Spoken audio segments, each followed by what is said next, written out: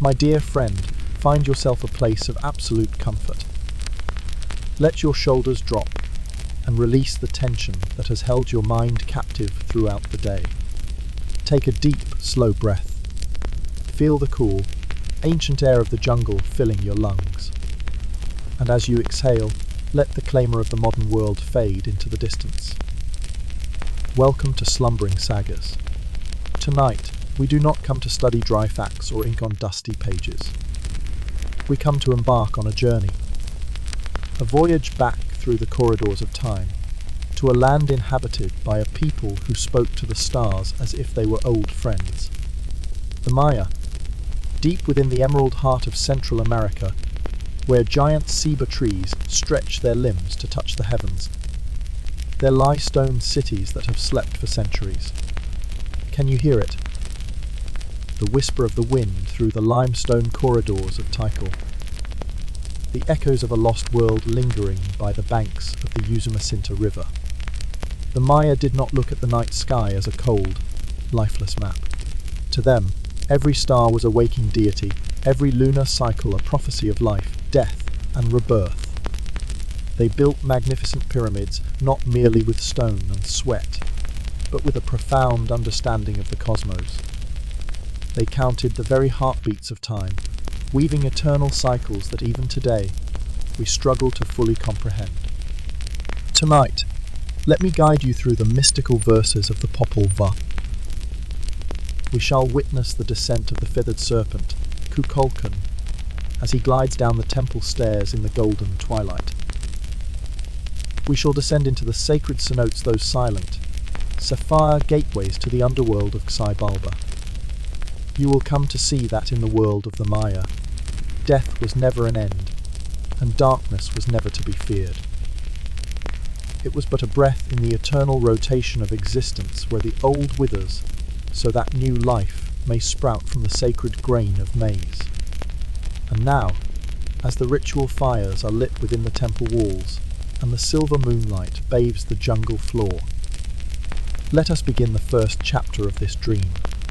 A chapter of origins, of sacred corn, and the first prayers whispered by humanity beneath a canopy of infinite stars. Are you ready to listen to the echoes of the ancient memory?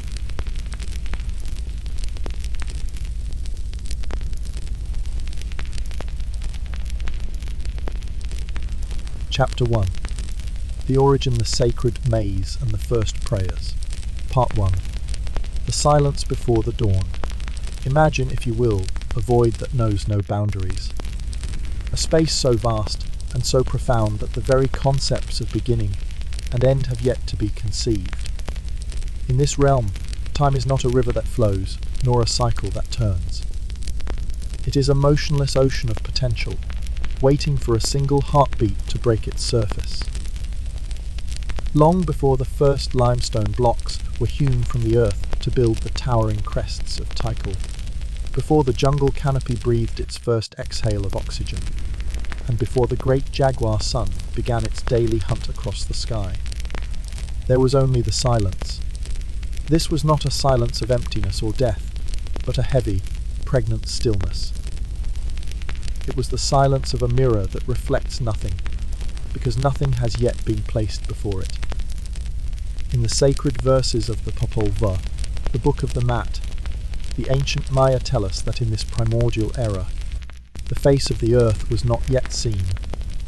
There was no land, only the sea, a vast, placid body of water that lay in a darkness so thick it could be felt. There was no wind to ripple the surface, no fish to stir the depths, and no birds to puncture the veil of the atmosphere with their song.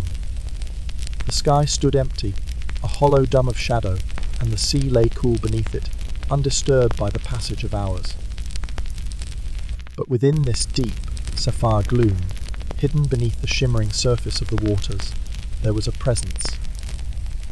A divine luminescence flickered in the dark, radiating from the feathers of the sovereign entities. There sat Tepu, the shaper and the creator, and Kuyukumats, the sovereign plumed serpent. They were wrapped in turquoise and quetzal feathers vibrant, iridescent greens and blues that carried the light of 1,000 emeralds. They were the heart of the sky and the heart of the sea, and they existed in a state of perfect, meditative unity. Try to visualize Cucumatz, the serpent, not as a creature of the dust, but as a celestial being of grace.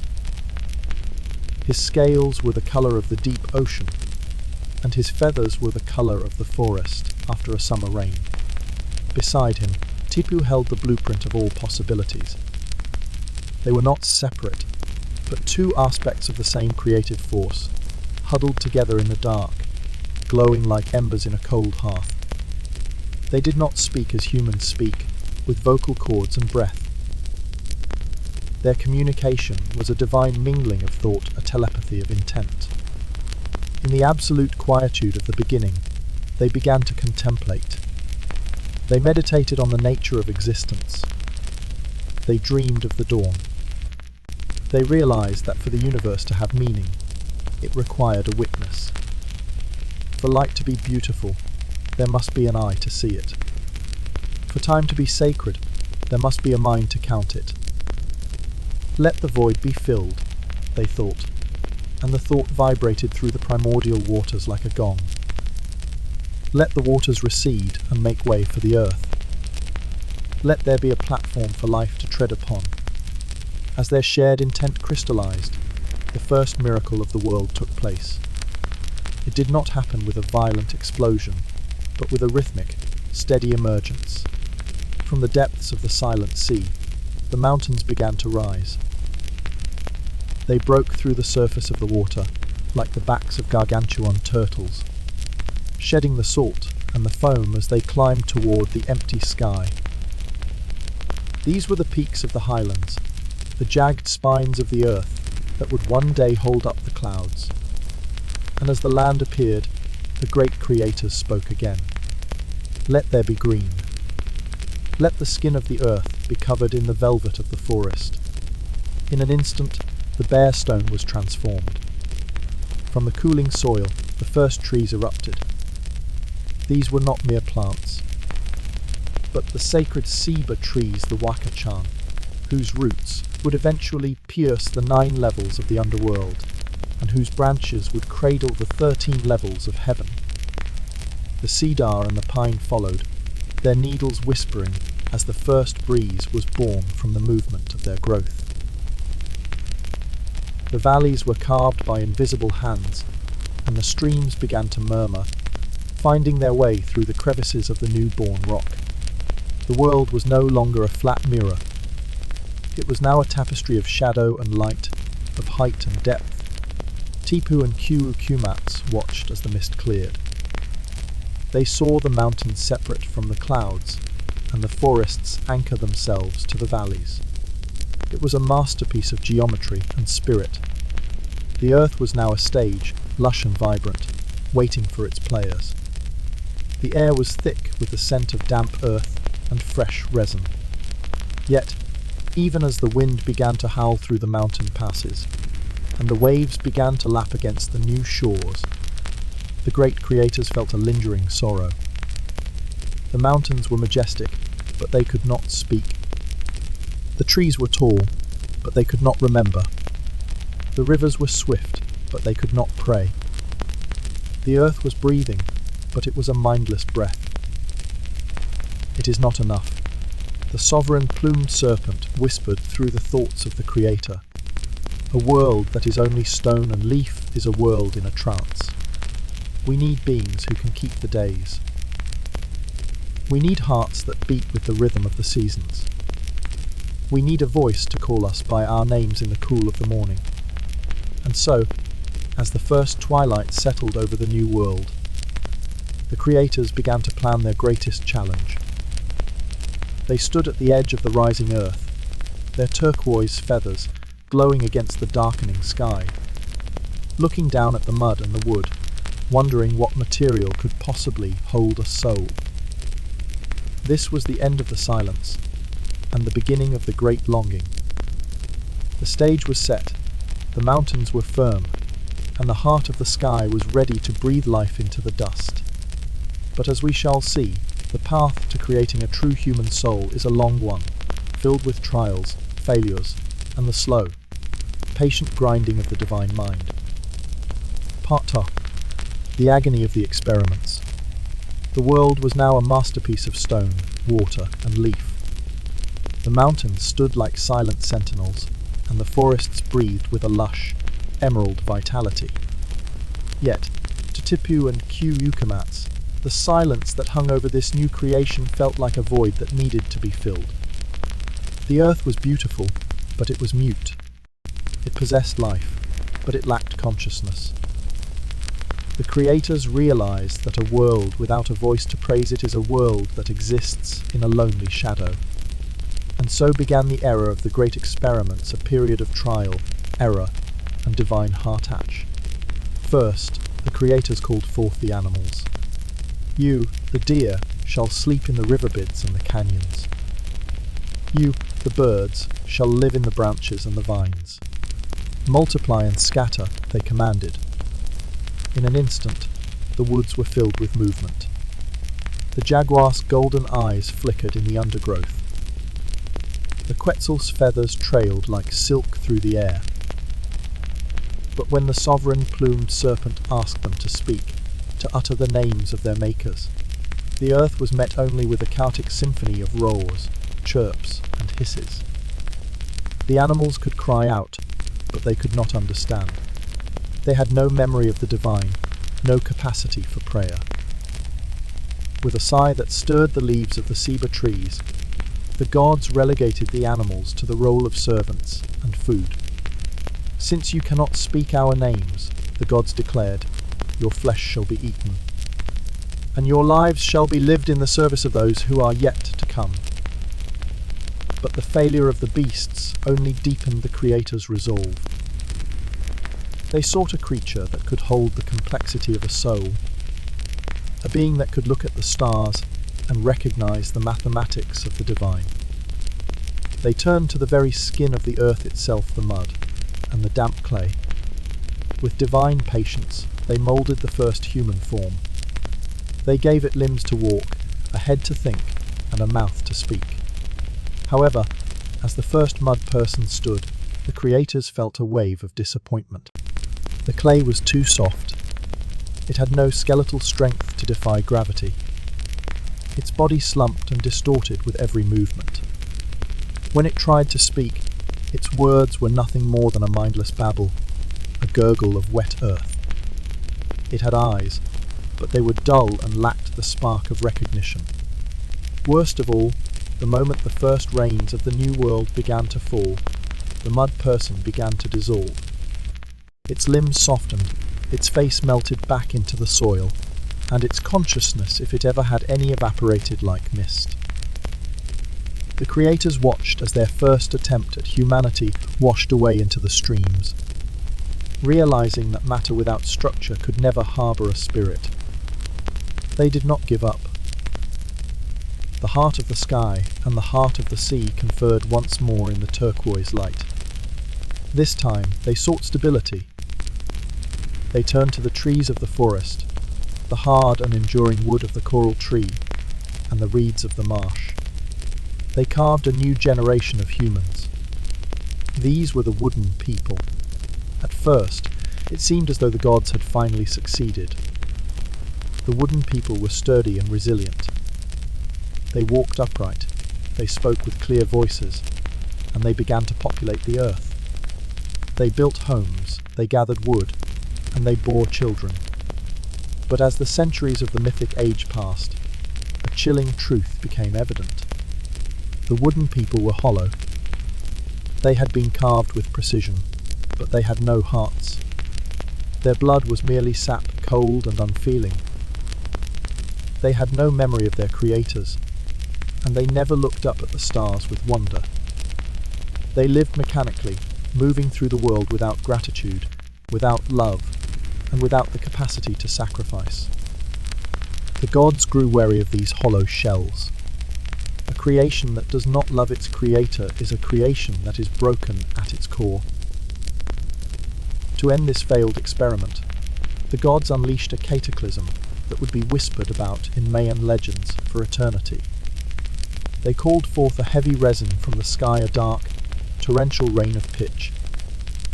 The earth itself turned against the wooden people. The very animals they had mistreated, the very stones they had used to grind their food, and the very pots they had burned in their fires rose up with voices of their own. "You did not care for us," the grinding stones cried out.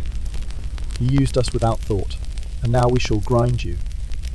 The wooden people fled in terror. They tried to climb the roofs of their houses, but the houses collapsed beneath them. They tried to climb the trees, but the trees shook them off like unwanted insects. They tried to hide in the caves, but the caves slammed their stone jaws shut. It was a total reckoning, a purging of the soulless. Those few who managed to escape the slaughter retreated into the deepest parts of the jungle. And the legends say their descendants became the monkeys, forever destined to mimic the humans they could never truly become. The creators stood alone once more on the mountain peaks. The mud had melted, and the wood had splintered. The silence of the world returned, heavier than before. Tipu and Kurukumats felt the weight of their failures, the profound agony of a creator who cannot find a mirror in his creation. They realized that strength alone was not enough, and pliability alone was not enough. What is missing? They pondered as the shadows of the cosmic night deepened. How do we create a being that is both of the earth and of the spirit? A being that is soft enough to feel, yet strong enough to endure. The moon rose over the ruins of the wooden cities, casting a silver light over the silent forests. The gods knew that their next attempt would have to be different. It would require a substance that was more than just matter. It would require a sacred element, a bridge between the hunger of the body and the hunger of the soul. They did not know it yet, but the answer lay hidden in the golden heart of a simple plant, waiting to be discovered by the messengers of the wild. But for now, the creators waited in the darkness, their turquoise feathers dim, dreaming of a creature that could finally, truly, say their names. Part 3. The sacred maze, the soul of civilization. The cosmic night hung heavy over the world, a silence born of exhaustion and failed attempts. The mud had returned to the earth, and the wooden people had vanished into the shadows of the jungle. Tipu and Kurukumats, the heart of the sky and the heart of the sea, sat in the profound darkness of the primordial waters, their divine light dimmed by the weight of their solitude. They had created a world of breathtaking beauty. The mountains were firm, the rivers sang, and the stars pulsed with light, but there was still no one to acknowledge the splendor of it all. No one to keep the count of the days, and no voice to carry the gratitude of the earth back to the heavens. It was in this moment of divine stalemate that a revelation began to stir. Not from the minds of the gods, but from the humble messengers of the natural world. 4 animals, the fox pacu, the parrot kale, the crow ho, and the coyote yak, emerged from the dense undergrowth. They did not come with roars or hisses, but with a secret. They spoke of a hidden place, a valley of unparalleled abundance known as Paxil. In this sacred valley, they had found a plant that held the essence of life itself, the maize. They led the creators to this valley, where the yellow ears and the white ears of corn glowed with an inner radiance. This was not merely food. It was a substance that had absorbed the light of the sun, the moisture of the clouds, and the strength of the soil. The gods looked upon the corn and realized that this was the material they had been searching for. It was pliable like mud, yet resilient like wood. It carried the sweetness of life and the endurance of the earth. But to turn grain into spirit, the intervention of the divine grandmother was needed. Xmu came, the oldest of the gods, the midwife of the universe, and the master of the sacred calendar, stepped forward. With hands that had shaped the very foundations of time, she took the yellow and white maize and began the ritual of transformation. She ground the corn 9 times, a sacred number, representing the levels of the underworld and the cycles of gestation. As she ground the grain, she mixed it with the water that flowed from the heart of the mountains, the very sweat of the earth. This mixture did not just create a body, it created a destiny. From this sacred dough, the flesh of the first 4 men was fashioned. Balaam Quitsi, jaguar of the sweet smile, Balaam Akab, jaguar of the night, Mahokuta, the distinguished name, and Ikwi Balaam, dark jaguar. The moment the breath of the creators touched their lips, the world changed forever. Unlike the mud men who dissolved or the wooden men who were hollow, these beings were whole. Their skin was the color of the golden grain, their blood was the sap of the earth, and their hearts beat with a rhythm that synchronized with the stars. But the greatest miracle was in their eyes. When the first 4 men opened their eyes, they did not just see the trees or the stones around them. They possessed a vision that was transcendent. They looked to the east, and they saw the end of the world. They looked to the north, and they understood the movement of the celestial axis. They could see through the thickness of the mountains and into the depths of the sea. They understood the intricate mathematics of the universe without being taught. They were, in every sense, perfect. They stood up and turned their faces toward the sky. For the first time in the history of the universe, a voice of true consciousness rose from the earth. "We thank you," they cried in a voice that was as clear as a mountain stream. "We thank you, O Shaper and Creator, for our lives. We thank you for our sight, for our speech, and for our hearing. We see all that is great and all that is small. We understand that we are part of your dream." The creators listened, and for a moment, they felt a profound sense of triumph. But as they watched these 4 men, these beings who could see, as far as the gods themselves, a flicker of concern crossed the mind of Tipu. If these humans could see everything, would they still feel the need to wonder? If they were equal to the gods in vision, would they eventually lose their humility? "They see too much," the sovereign plumed serpent whispered. "Their vision is too bright. They are not gods. They are our creation. If they possess the vision of the divine, they will become as gods, and their children will forget that they are mortal." And so, in an act that was both a curse and a gift, the creators leaned down and blew a soft, cool mist into the eyes of the 4 men. It was like the breath on a mirror, clouding the surface just enough to obscure the distant horizon. Suddenly, the men could no longer see to the ends of the universe. Their vision was limited to what was near, to the beauty of the leaf, the movement of the clouds, and the faces of their brothers. This mist was the birth of mystery.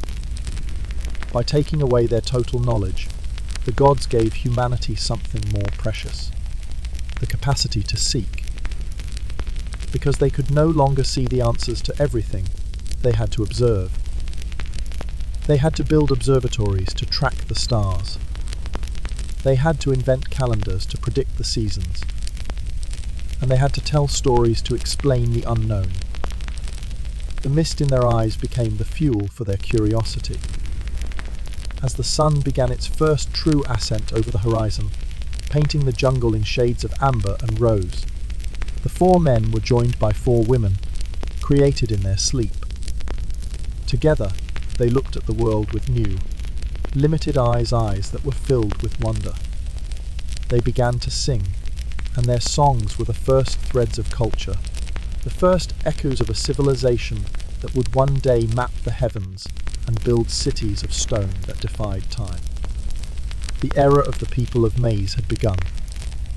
They were a people born of the earth, limited by the mist, but driven by a soul that remembered the light of the Paxil Valley. And as the morning dew evaporated from the leaves, the gods finally sat back and watched, for they knew that this time, the dream would endure.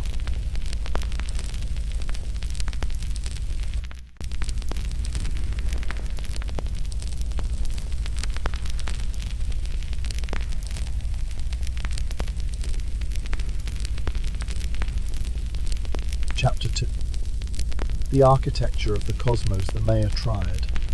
Part 1. The Waka Chan, the Axis of Existence. Let your mind drift and imagine yourself standing in the heart of a primordial forest, where sunlight is but thin golden threads weaving through the dense emerald canopy. In the world of the Maya, things do not exist in isolation. They are bound together by a magnificent entity, a spiritual anchor they called the Waka Chan, the world tree. To the Maya, the cosmos was not a chaotic void, but a meticulously organized structure held upright by a gargantuan ceiba tree. Visualize a tree whose crown brushes the highest peaks of the heavens and whose roots descend into the darkest, most silent caverns of the underworld. It is the only road for the soul, the bridge where gods and mortals meet in the eternal dance of existence. The trunk of the ceiba tree represents the world we inhabit, the middle world. Its massive, rugged trunk, often covered in thorns like majestic mountains, protects life from the forces of primordial chaos. The Maya believed that at the center of every city, every village, and even within the hearth of every home, there lies an invisible axis connected to the world tree. This tree is not a static object. It breathes with the rhythm of the jungle winds and grows with the steady pulse of time. When you see a ceiba tree towering over the Yucatan wilderness today, you are not merely looking at flora. You are witnessing the axis mundi, the very pivot of the universe. The trunk is where the four cardinal directions meet: east, west, south, and north. Each direction carries its own color and spiritual significance. Yet they all converge at the green center, the ceiba, representing the jade hue of life and sacred balance. As night falls, the world tree undergoes a celestial transformation. The ancient Maya, with eyes clouded by the divine mist yet sharpened by observation, looked up at the night sky and recognized the brilliance of the Milky Way. To them, this was the visual manifestation of the Waka Chan shining in the void. The twinkling stars were the white blossoms of the ceiba, and the silver band of light was the sacred sap flowing through the clouds. When the Milky Way stood vertical in the night sky, the Maya believed the gates between worlds were swung wide open. Priests would study the movement of these galactic branches to interpret the future, knowing when the rains would arrive and when empires would rise or fall. But a tree cannot reach the heavens without roots that embrace the depths. The roots of the Waka Chan twist like colossal serpents, piercing through layers of stone to reach Xibulba, the 9 levels of the underworld. This reflects a profound philosophy. Life can only exist if it is anchored in death. The souls of the departed follow these roots downward, embarking on perilous journeys through the underworld before they can reach rebirth. The roots absorb the essence of the darkness, the nutrients of decay and ancestral bone, transforming them into the lifeblood that nourishes the green buds on the highest branches. Without the rock below, there can be no radiance above. The Waka Chan taught the Maya that humanity is never truly alone. We are part of a vast spiritual ecosystem. Every breath we take is a tiny vibration on the leaves of the world tree. By tending to a single tree, one tends to the equilibrium of the entire cosmos. The 13 heavens, the realm of radiance. Leaving behind the damp earth and the shadows of the primeval forest, our minds now soar upward, piercing through the veil of clouds to enter Oxlahuntik, the 13 heavens of the Maya. Imagine the heavens not as a flat expanse, but as a colossal staircase of light. where each step represents a different vibration of spirit and divine power. To the Maya, the sky was a living entity, a celestial canvas where the gods wrote the destiny of humanity using the stars as their ink. These 13 levels are stacked like the petals of a cosmic lotus, and at the highest pinnacle, the 13th level, resides the purest essence of thought, the source of all universal laws. In this radiant realm, the most powerful deities govern the intricate machinery of time. Foremost among them is Itzan, the supreme sky god, often depicted as a wise, elderly sage with eyes that have witnessed the birth of Uns. He is the patron of the arts and sciences, the one who bestowed upon the Maya the most precious gifts: writing, agriculture, and the ability to interpret the celestial movements. Itzan does not rule through fear, but through wisdom and divine protection. Beside him is Chichen, the radiant sun god. Each day, he journeys across the 13 levels of heaven, bringing warmth and life to the middle world. Yet, as twilight falls, Chichen transforms into a fierce jaguar to battle through the 9 levels of the underworld, only to be reborn in glory the following dawn. This cycle is more than just the transition of day and night. It is a symbol of the sacrifice and courage required to maintain the existence of the universe. The Maya did not look at the sky for vague comfort. They looked up to read the language of the gods. Each level of heaven was a chapter in a prophetic book. They observed Venus, the planet they believed to be an incarnation of a powerful war deity. They calculated the lunar cycles to understand fertility and the tides of the sea. The 13 heavens also correspond to the 13 major joints of the human body. This reflects a sublime philosophy. The universe is not far away. It is functioning within us. Every movement of a planet on the 9th or 13th level of heaven creates a vibration that resonates with the soul and body of humans in the earthly realm. Unlike the chaos and trials of the underworld, the 13 heavens are a place of absolute order and beauty. This is the dwelling place of souls who completed their earthly journey with virtue, of women who passed during childbirth, and of warriors who fell for their people. They are transformed into radiant birds or beautiful butterflies, soaring freely amidst jade-coloured clouds, forever basking in the warmth of Itzan's solar light. When you gaze at the night sky, remember that the Maya did not just see cold points of light. They saw a divine council guarding the sleep of the world. They felt the pulse of 13 heavens, harmonizing with the breath of the ancient jungle. Xybulba, the 9 levels of fear. Now, let your mind drift downward, leaving behind the radiant glow of the 13 heavens, passing through the cool layers of earth and stone to reach Xybulba, the 9 levels of the underworld, known as the place of fear. To the Maya, the underworld was not a distant land, but a realm existing right beneath our feet, accessible through the gateways of deep caverns and the bottomless, sacred wells known as cenotes.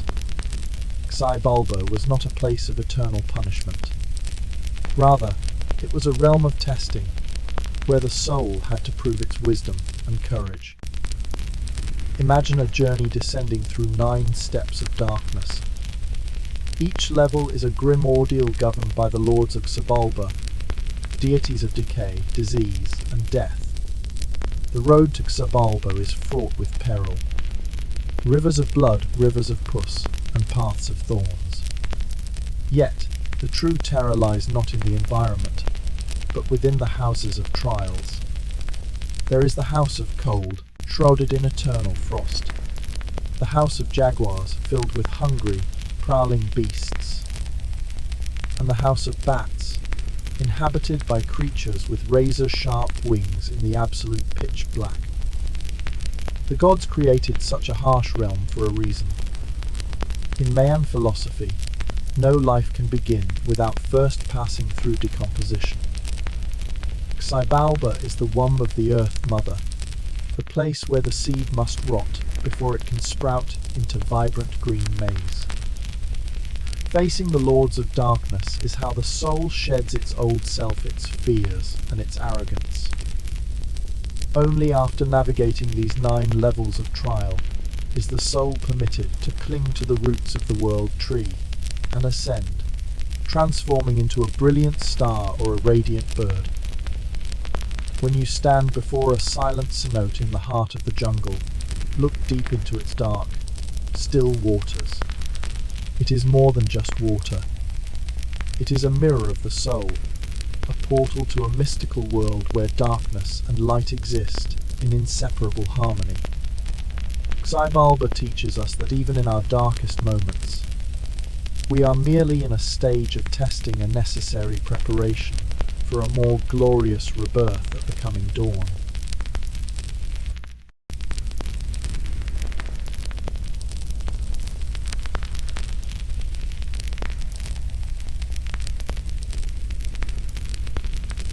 Chapter 3. The deities of wisdom and power. Itzam and Ixchel, the cosmic harmony. As the first seasonal rains quenched the thirst of the ancient jungles, and the great stone cities began to rise from the limestone bedrock, the Maya understood a fundamental truth. This world does not operate by chance. They perceived a grand order amidst the chaos of the wild. The sun always claimed its throne in the east. The rivers always sought the embrace of the sea, and the maize always sprouted after the storm. But who was the architect behind this magnificent design? Who held the keys to the sacred chambers of wisdom and life? Deep within the collective consciousness of the Maya, the answer lay in a divine pair, 2 entities of immense power representing the father and the mother, the sky and the earth, the light and the shadow. They were Itzam and Ixchel. Their story is more than a myth. It is a profound lesson in balance, the philosophical foundation that allowed the Maya Empire to endure for millennia. Itzam. The heart of the sky. Let us begin with Itzam, the supreme deity who resides at the pinnacle of the 13 heavens. In the ancient reliefs carved at Palenque or Yaxchilan, Itzam never appears as a young, bellicose warrior. Instead, he manifests as a venerable sage, his cheeks sunken with the passage of eons, bearing the distinguished aquiline nose of the Maya nobility. He is toothless, for he has lived so long that his existence predates the rising of the mountains. Itzamai is the god of stillness and intellect. He was the first to perceive the ignorance of early humanity and felt a deep compassion. It was Itzam who descended from the world tree, carrying the sap of the rubber tree and the bark of the wild fig to create paper and ink. He taught the first priests how to draw the sacred hieroglyphs, the complex glyphs used to record history, astronomy, and prayers. Without Itzam, the Maya would have had no calendar, no mathematics, and no memory. But Itzam's power extends beyond the written word. He is also the house of dewdrops, the patron deity of agriculture and sustenance. It is believed that every morning, when the sun god Kinichahau awakes, it is merely the fiery eye of Itzam opening to observe the world. His presence brings a sense of absolute security, like an ancient father silently shielding his children from the chaotic forces of Xibalba. In the temples of Izamul, the radiant yellow, city thousands of pilgrims would whisper their hopes into the ear of Itzam's idol, believing that his wisdom would illuminate even the darkest paths of destiny. Ixchel, the weaver of destiny of Itzam, represents the stoic tranquility of the azure sky. His consort Ixchel embodies the unpredictable fluidity of water and the moon. Ixchel, the Lady of the Rainbow, is one of the most complex and captivating figures in the Mayan pantheon. Visualize a full moon casting its silver glow upon the waters of Cozumel Island, her sacred sanctuary. Ixchel appears, sometimes as a beautiful young maiden sitting by a loom, weaving the threads of light that form the lifespan of every human being. Other times, she is an old crone known as Chatchel holding a clay jar, pouring down either destructive floods or healing waters upon the earth. The iconography of Ixchel holds a marvelous duality. Entwined in her hair is a serpent, the symbol of wisdom and rebirth. Her fingernails are the claws of a jaguar representing power and ferocity. She is the mother goddess of childbirth. Every Maya woman, in the throes of labor, would place a small effigy of Ixchel beneath her pillow, praying for her to use her obsidian knife to cut the cord of pain and bring the child safely into the light. But Ixchel is not solely benevolent. She is also the mother of storms. When humanity becomes arrogant and forgets the divine, it is Ixchel who tilts her sacred vessel, unleashing torrential deluges to cleanse the world. She taught the Maya a lesson of respect. Nature can nurture you, but it can also swallow you if you lose your humility. The cosmic harmony, the relationship between Itzam and Ixchel, is the archetype of the universe itself. They are the sun and the moon, the day and the night. The Maya believed that during a solar eclipse, Itzam and Ixchel were meeting in a celestial embrace, exchanging energies to rejuvenate the vitality of the cosmos. Without Itzam, the world would descend into chaos for lack of knowledge and order. Without Ixchel, the world would become arid and extinct for lack of fertility and love. They are two sides of the same coin, two halves of a single great soul. In the late afternoons, when you witness the sun dipping below the western horizon, making way for the silver moon rising from the east, remember that this is not merely an astronomical phenomenon. It is the eternal dance of Itzam and Ixchel. They are reminding us. Strength and gentleness, intellect and emotion, discipline and freedom, all are necessary to craft a complete life. Live as the Maya lived, standing firm under the protection of the Sky Father, and flowing softly within the waters of the Earth Mother. Chak, the Lord of the Rains. Close your eyes and feel the oppressive heat of the Yucatan Peninsula in April. The earth cracks beneath the scorching sun. The stalks of maize droop in golden desperation, and red dust chokes the limestone causeways leading into the great cities. In the world of the Maya, where no great rivers flow across the surface of the land, water is not merely a resource, water is the blood of the divine. The existence of an entire empire hangs precariously on the mercy of the sky. It is in the suffocating silence of this draught that the Maya cast their eyes upward, watching the dark clouds gathering on the horizon with a burning yearning.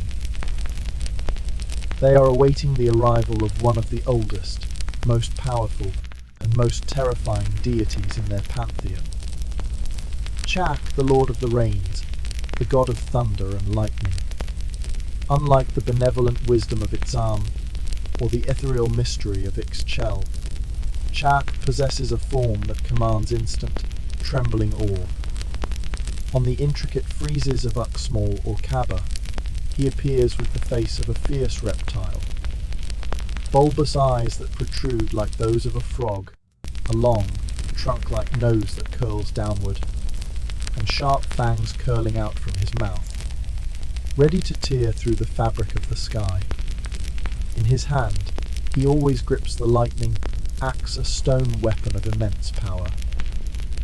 The Maya believed that when Chak swings this axe and strikes the colossal, electrically charged clouds, the thunder roars, shaking the foundations of the earth, and the lightning rips the night apart.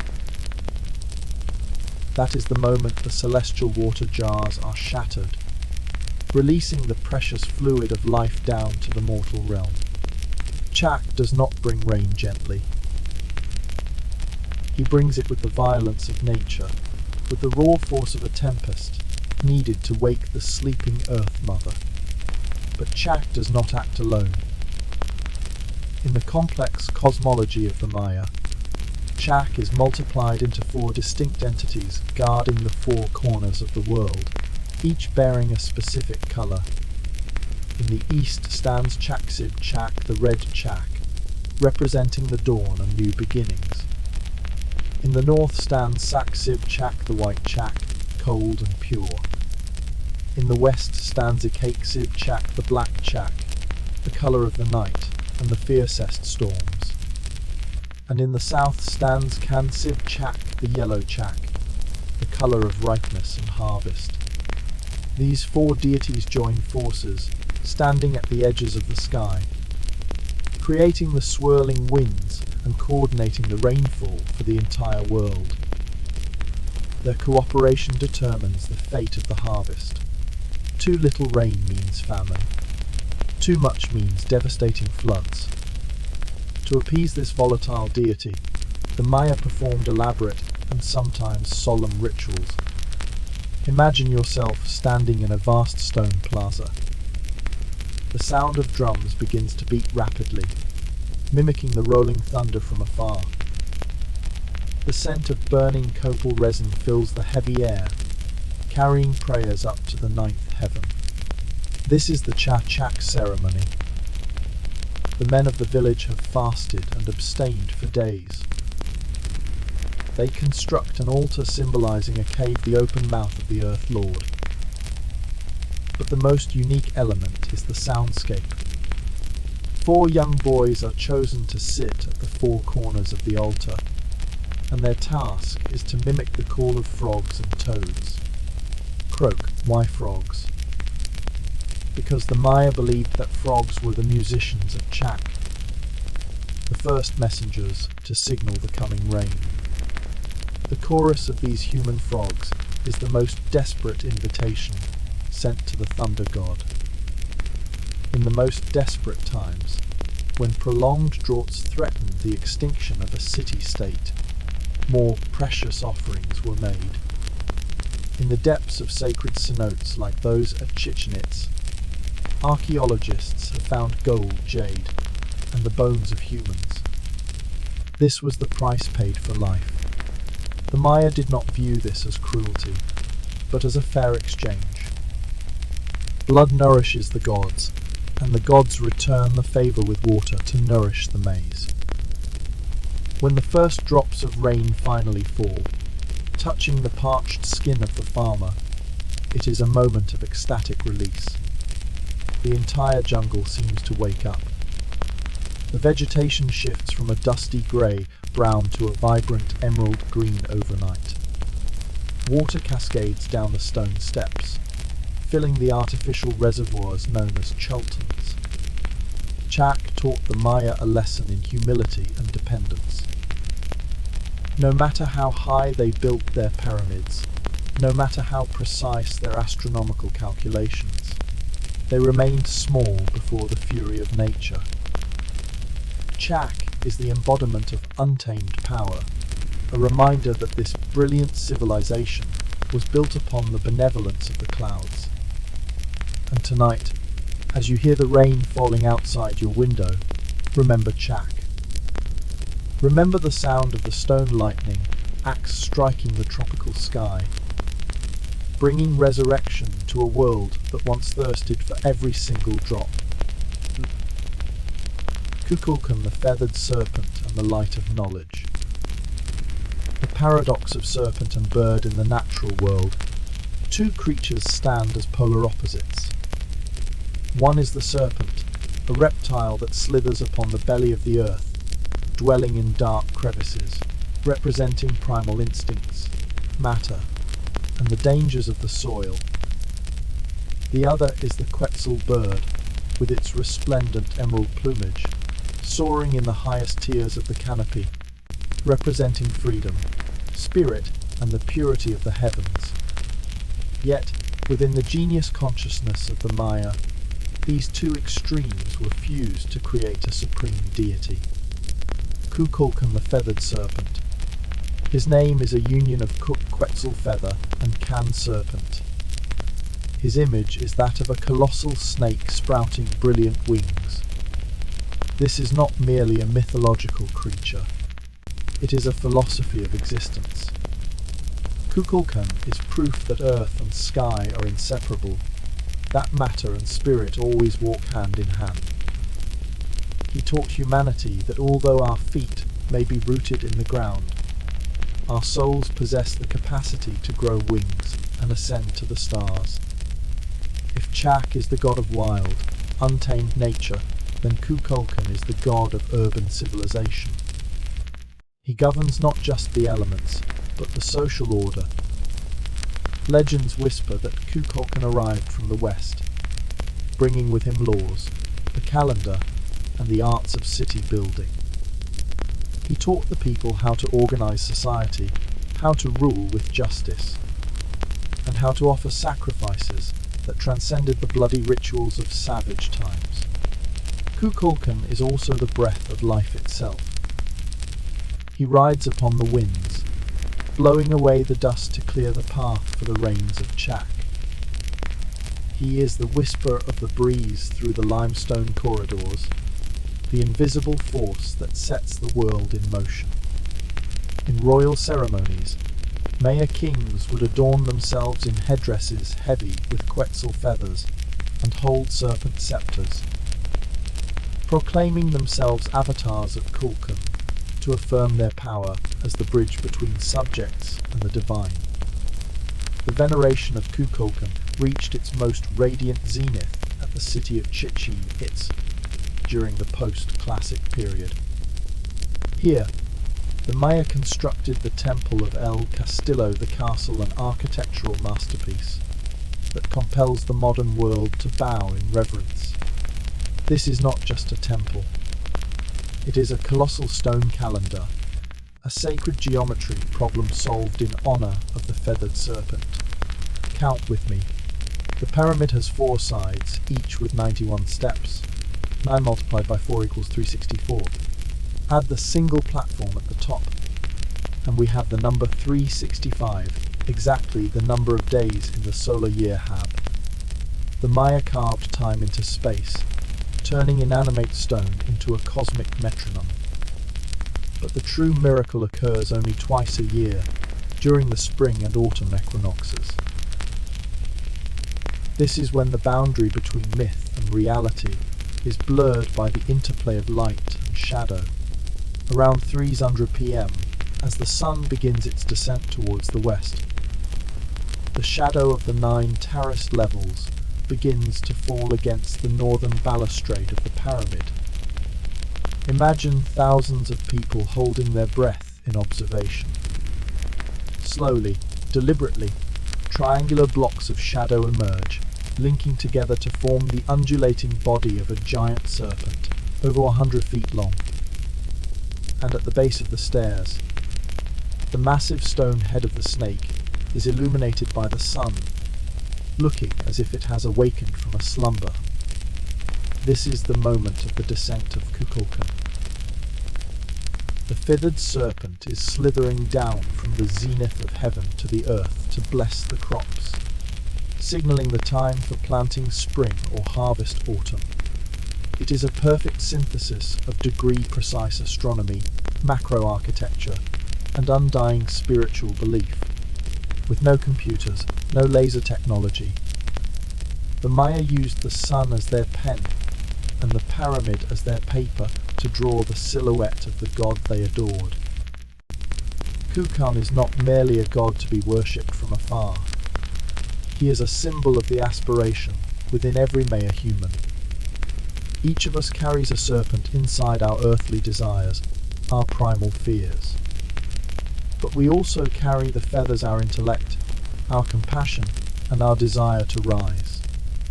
The journey of a life, according to the philosophy of Kukulkan, is the journey of growing wings for the serpent.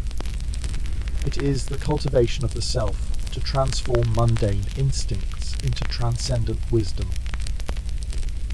When you see the image of the feathered serpent winding around the carved stone columns, remember that it is an eternal reminder.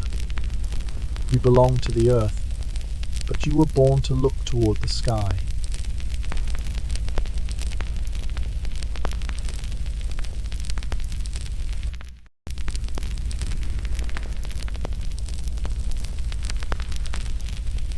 Chapter 4. The Golden Age and Cities of the Jungle. Tikal and Calakmul, the Star Wars of the Jungle. Imagine standing atop the crest of Temple Evi in the city of Tikal in the year 750 AD. Beneath your feet lies not a desolate wilderness, but a vast, emerald ocean of canopy, and rising from this sea are majestic islands of stone, gleaming white in the morning sun. These are the roof columns of the temples, soaring over 200 feet into the air to brush against the heavens. This is the classic period, the golden epoch of the Maya. At this moment, the population of Tikal has swelled to nearly 100,000 souls. Listen closely. It is not the song of birds you hear, but the hum of a thriving metropolis.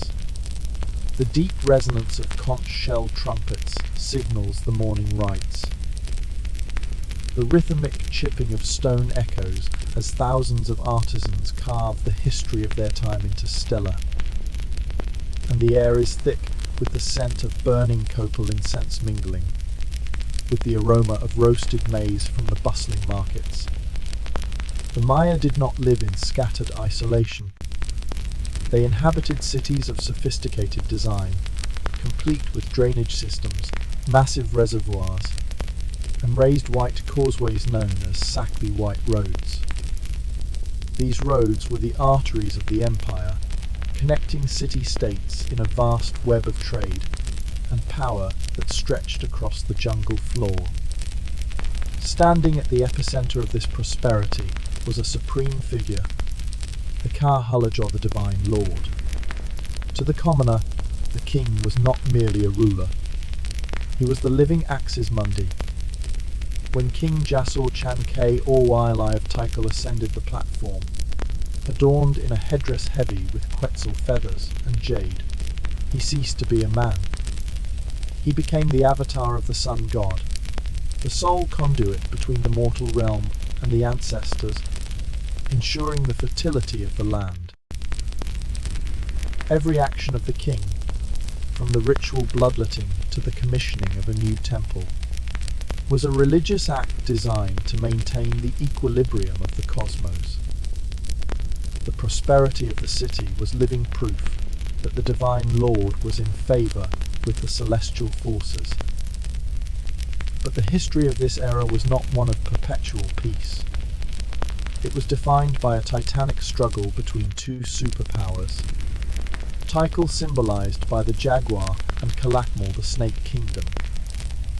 Archaeologists refer to this conflict as the Star Wars of the Maya, due to its scale and its impact on the entire Mesoamerican world. Calakmul, hidden deep within what is now Mexico, was the eternal nemesis of Tikal. The snake kings of Calakmul constructed a massive web of alliances, encircling Tikal and suffocating the city for over a century. These were the dark years, a time when the stone monuments of Tikal fell silent, known as the Tikal hiatus. Yet, like the cycle of the sun, Tikal rose again.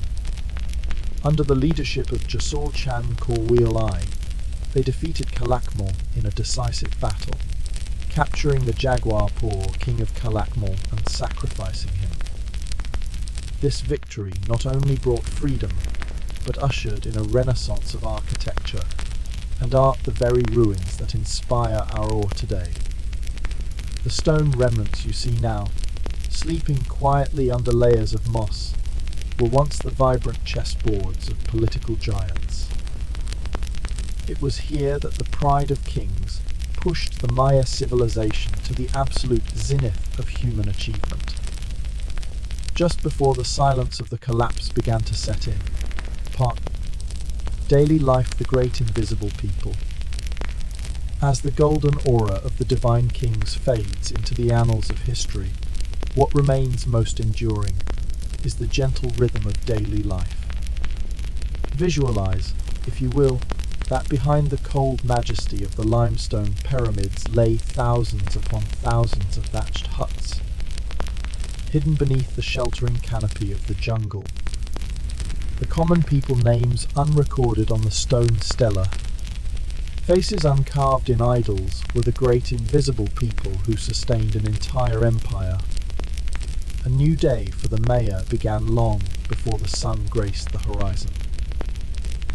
In the early mist that clung to the ancient forest, the men would silently depart their homes for the milpa, their sacred plot of land. The milpa was far more than a cornfield. It was a perfect ecosystem.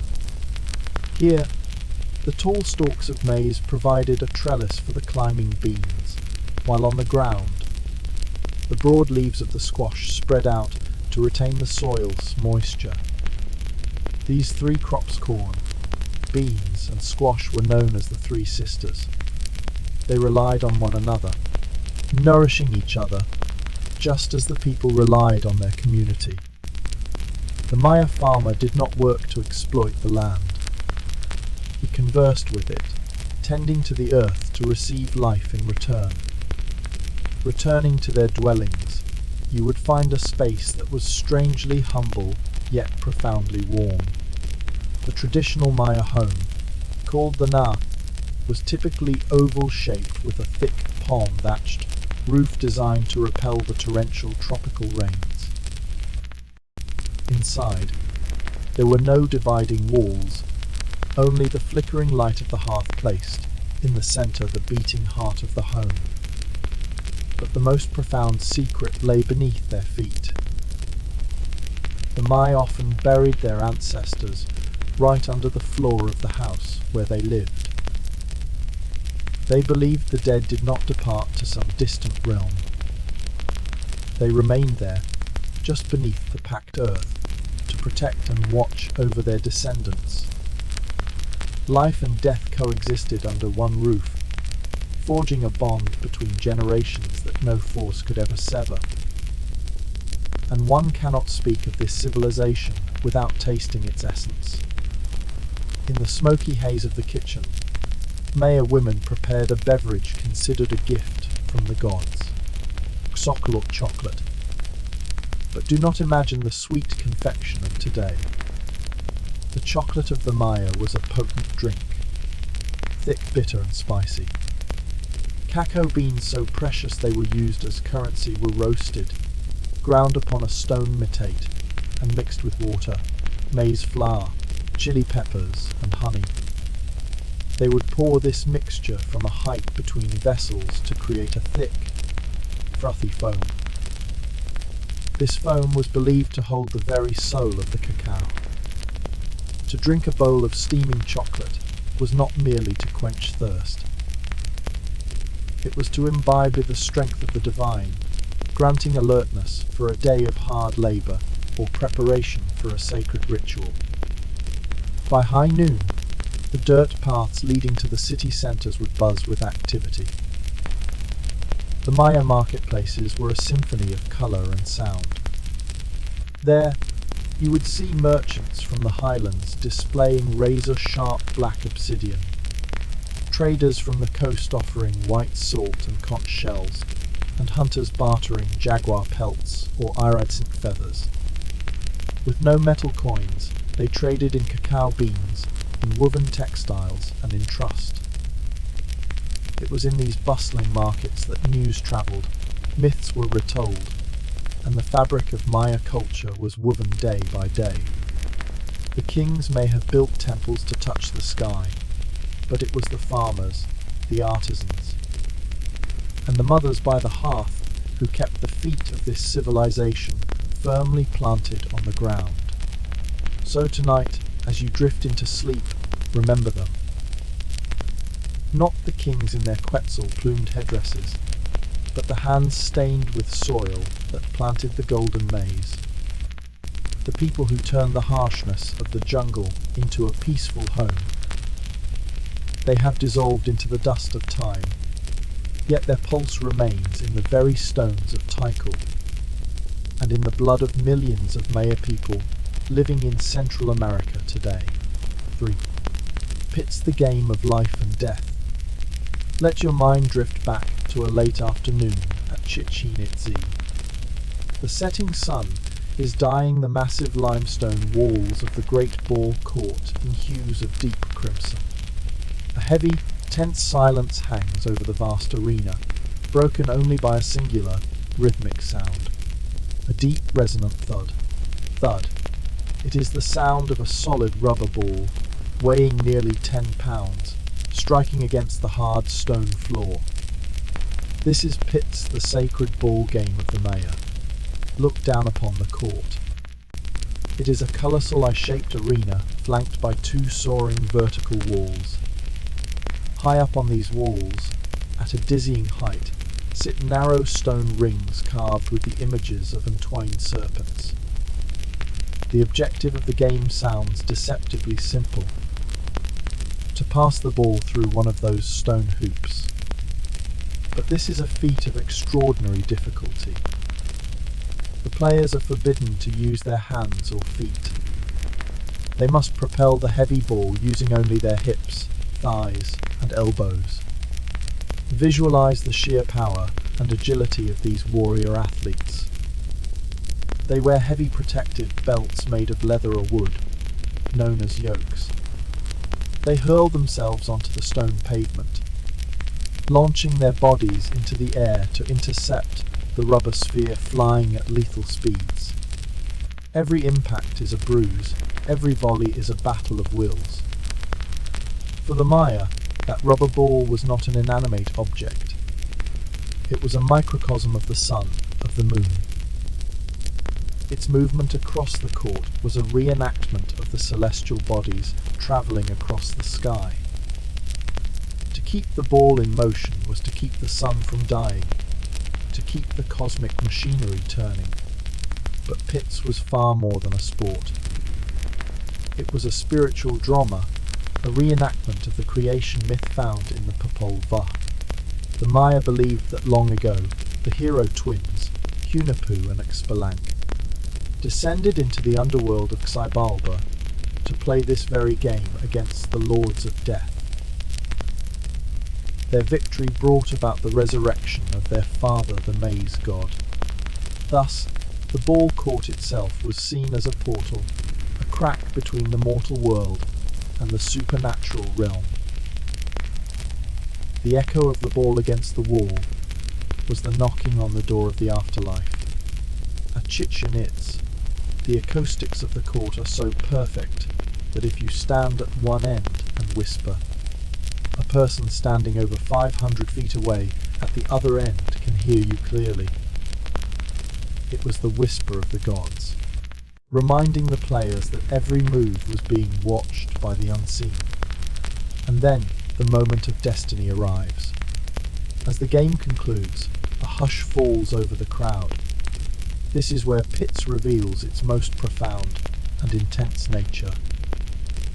In the most sacred ceremonial matches, the captain of the losing team, or sometimes the winning team, viewed as the ultimate honor, would ascend the stone platform. Do not view this scene with the fear of the modern eye, but with the reverence of the ancient soul. The warrior kneels, accepting the razor-sharp obsidian blade. The blood that spills is not seen as death, but as life essence. In the stone friezes, this blood is depicted transforming into serpents or blossoming vines. His sacrifice is the fuel that feeds the sun, ensuring that dawn will break tomorrow and the maize will grow tall. The game ends, but its meaning endures. Pits taught the Maya that existence is an eternal struggle between light and darkness, and that the price of life is sacrifice. The ball courts stand empty now, weeds growing over the stone terraces of the spectators.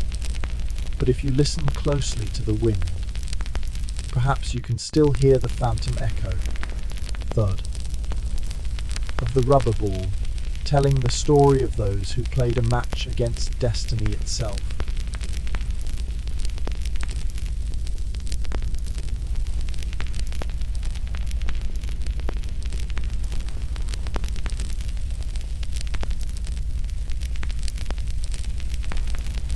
Chapter: The Mysterious Collapse. The Wound of Mother Earth. There is a cruel law of history that often goes unnoticed. Precisely when a civilization reaches its most radiant zenith, the shadow of collapse begins to creep beneath its foundations. By the 8th century, the Maya cities were breathtakingly beautiful. If you had flown over Tikal or El Mirador at that time, you would not have seen the grey, moss-covered ruins of today. You would have seen white cities, shimmering brilliantly under the tropical sun. Every pyramid, every palace, and every sprawling plaza was coated in a thick layer of lime stucco, smooth, pristine, and dazzlingly white, often painted with the deep red of blood and the green of jade. They were jewels set in the emerald forest. But that very glamour was the signing of the empire's death warrant. To create that pristine white plaster, the Maya needed lime. And to produce lime, they had to burn limestone at incredibly high temperatures for days and nights on end. The only fuel they possessed was the wood of the jungle. Archaeologists have calculated that to plaster just a single temple, the Maya had to cut hundreds of acres of ancient forest for firewood. Now, multiply that by thousands of temples and tens of thousands of homes across hundreds of cities throughout Central America. Can you hear it? In those centuries of glory, the loudest sound was not the thunder of the rain god Chak, but the echo of the axe-felling trees across the hills. The scent of jungle flowers was replaced by the acrid smell of smoke from giant lime kilns that burned perpetually. The trees vanished, and Mother Earth began to bleed. When the great canopy was stripped away, the fragile tropical soil was left exposed and defenseless. The scorching sun baked the earth until it cracked and withered. The tropical rains, instead of seeping deep into the ground to replenish the aquifers, washed the fertile topsoil away into the rivers, silting up the canals and choking the waterways. The Maya farmer began to notice a terrifying change. The once lush milpa fields turned barren. Yields plummeted.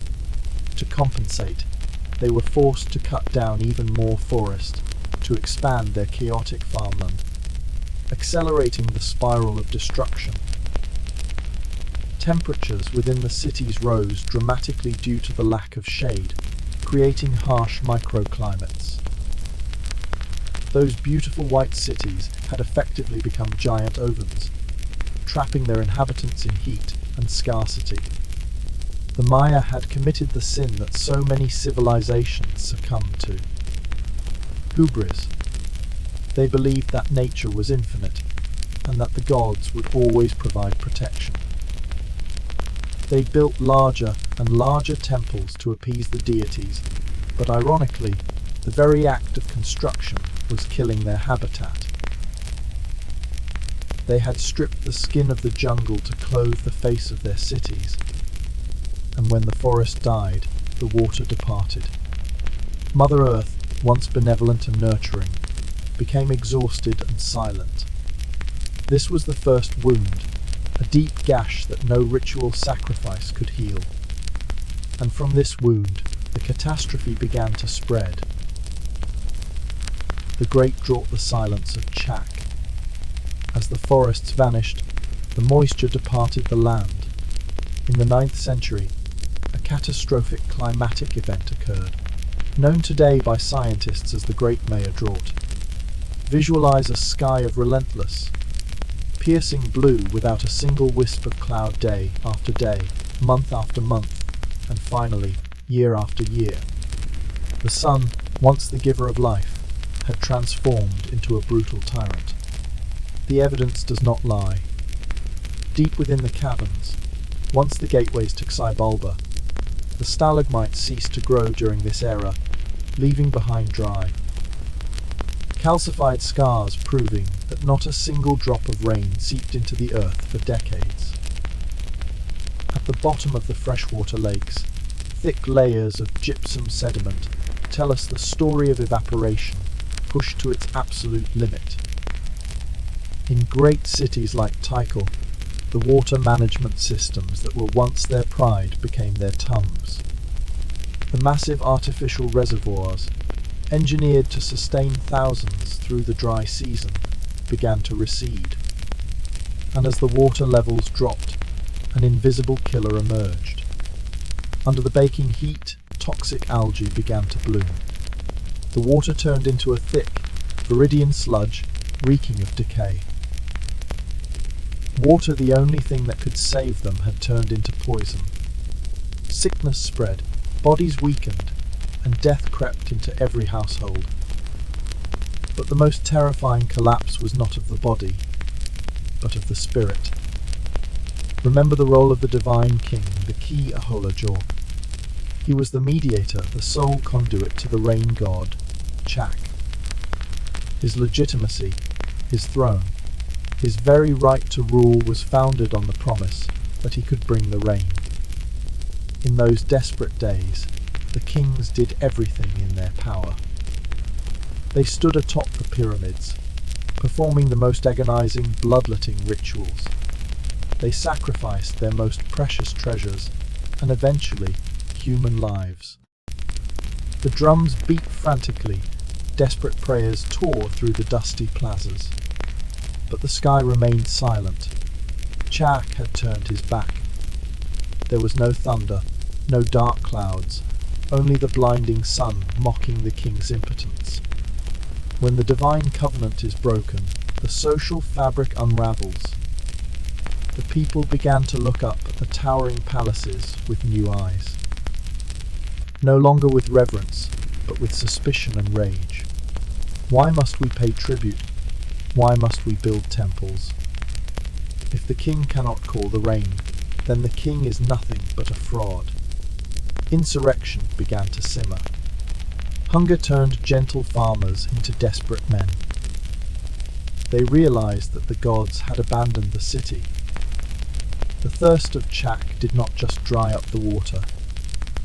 It dried up the loyalty, and the faith, the only mortar that held the stones of the empire together. Part. The Great Abandonment. When the water ran dry and faith shattered, the primal instinct for survival surged stronger than ever. Cities that were once allies, trading jade and maize in harmony, now looked upon each other as mortal enemies. Hunger had transformed diplomatic disputes into battles for existence. Archaeology has revealed the tragic scars at the city of Do's Pillars. Here, desperate citizens no longer had time to build temples. They were forced to dismantle the very stones of their magnificent royal palaces, to hastily erect crude, defensive walls, cutting straight across the main plazas. Imagine the panic in their eyes. They were trying to hold back invaders who were just as starving as they were. War was no longer a ritual to capture kings. It was total warfare for every sack of corn, every remaining puddle of water. Cities were torched, fields were abandoned, and chaos descended upon the southern lowlands. And then, the most heartbreaking decision was made: to leave. There was no single alarm, no sudden exodus. The abandonment happened like a slow, retreating tide, irreversible and somber. Family by family, they packed their most essential belongings. A potch of maize seeds, small idols of their household gods, and their worn stone metates. They stepped out of their doors, cast one last look at the hearth where their ancestors lay buried beneath the floor, and turned their backs to walk into the jungle. Where did they go? They went in search of new life. Tens of thousands migrated north, towards the Yucatan Peninsula, where new cities like Chichen Itza and Mayapine were rising, fed by the groundwater of the cenotes. Others dissolved into the deep forest, returning to the simple, village-based existence of their ancestors from 1,000 years prior, living in small communities far from the collapsing urban centres. Left behind was a silence so profound it was deafening. Imagine standing in the great plaza of Tikal in the year 950 AD. No conch shells blow, no market buzzes, no incense burns. There is only the sound of the wind whistling through empty doorways. The palace of the divine king, once the axis of the world, now stands open to new guests. Troops of spider monkeys chattering in the halls, jaguars prowling for prey, and bats nesting on the intricately carved ceilings. And then Mother Earth began to reclaim what was hers. The jungle, with eternal patience, launched its siege. Roots of the strangler fig choked the limestone walls, prying into cracks, slowly separating the stones that humans had laboured so hard to stack. Emerald vines crawled up the pyramid stairs like giant serpents, shrouding the white stucco in the green of the wild. The white cities vanished, sinking slowly to the bottom of the green ocean. But the story of the Maya does not end in death. That is a tragic misconception of the modern world. The Maya never disappeared. The empire collapsed, the kings fell, but the people endured. They shed the heavy burden of stone to live more lightly upon the earth. They stopped building skyscraping pyramids to bow down and tend to their cornfields. Today, over 6 million Maya descendants still live in Mexico, Guatemala, Belize, and Honduras. They still speak the tongues of their ancestors. They still weave textiles of vibrant colour. And they still hold in their hearts the legends of the feathered serpent. When you look into the eyes of a Maya child today, you are seeing the continuation of a bloodline that once built the greatest wonders of humanity. They are living proof that cities may fall, stone may crumble, but the human spirit is everlasting. And that, my friend, is the final chapter of this slumbering saga.